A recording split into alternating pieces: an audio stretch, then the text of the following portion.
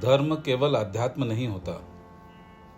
धर्म हमारे आसपास में घटने वाली घटनाओं का, वातावरण का विश्लेषण और उन्हें समझना और उनसे कैसे सीख लेकर आगे बढ़ना भी धर्म होता है। इतिहास में कुछ घटनाएं ऐसी होती हैं जो सिर्फ देशों को नहीं बल्कि पीढ़ियों की सोच को भी बदल देती हैं। 20वीं शताब्दी की दो घटनाओं ने न केवल विश्व का नक्शा बदला बल्कि आने वाले 100 वर्षों की राजनीति और सामरिक सोच को भी आकार दिया। पहली घटना थी अरब देशों में पेट्रोलियम की खोज और दूसरी थी प्रथम विश्व युद्ध के बाद सोवियत संघ का उदय, जो द्वितीय विश्व युद्ध के बाद महाशक्ति बनकर उभरा। अब सवाल उठता है, भारत का इससे क्या लेना देना था? सोवियत संघ के पास कोई ऐसा बंदरगाह नहीं था जो पूरे साल उपयोगी हो। ऐसे में उसने हिंद महासागर तक पहुंचने का सपना देखा और यहीं पर पश्चिमी देशों की चिंता बढ़ी, खासकर अमेरिका और इंग्लैंड की।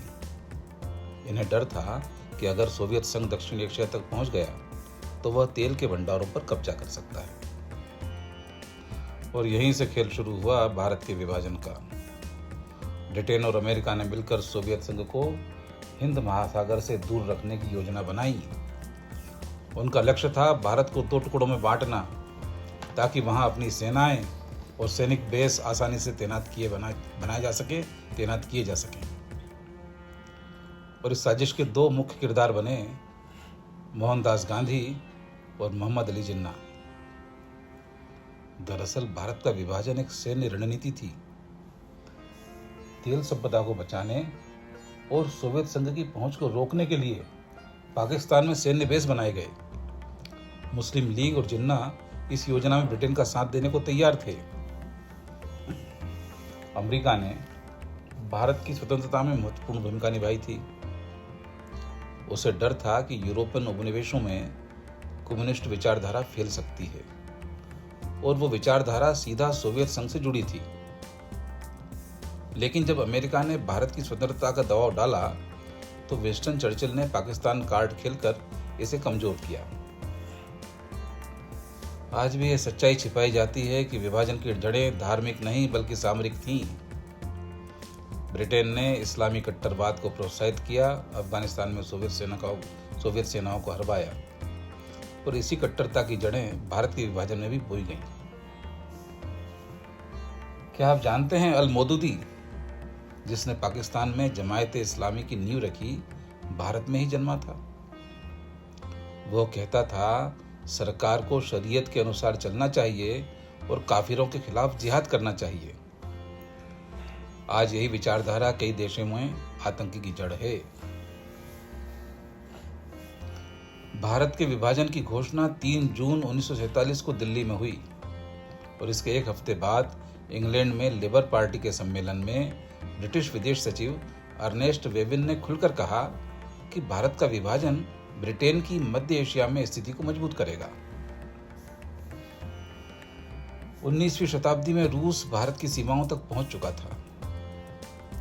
बुखारा, खीवा, समरकंद, ताशकंद ये सब रूसी साम्राज्य में शामिल हो चुके थे। इधर ब्रिटिश सेना की सबसे बड़ी टुकड़ियां भी कश्मीर और अफगान सीमा पर तैनात की गई थी। यहां तक कि चर्चिल भी 1898 में भारत में तैनात थे।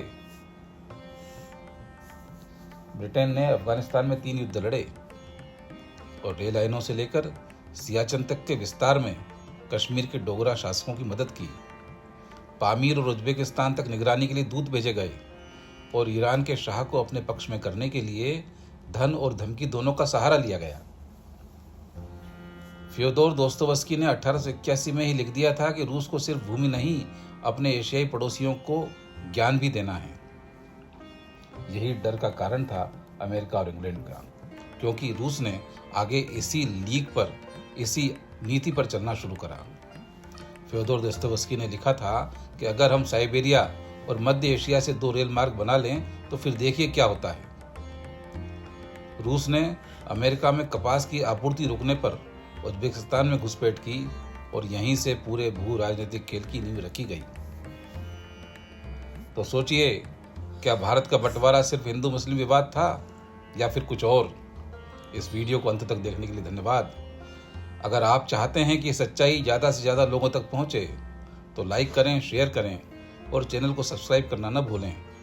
हम अगले अंकों में इस कथानक को परिणति तक पहुँचाएंगे। धन्यवाद, नमस्कार।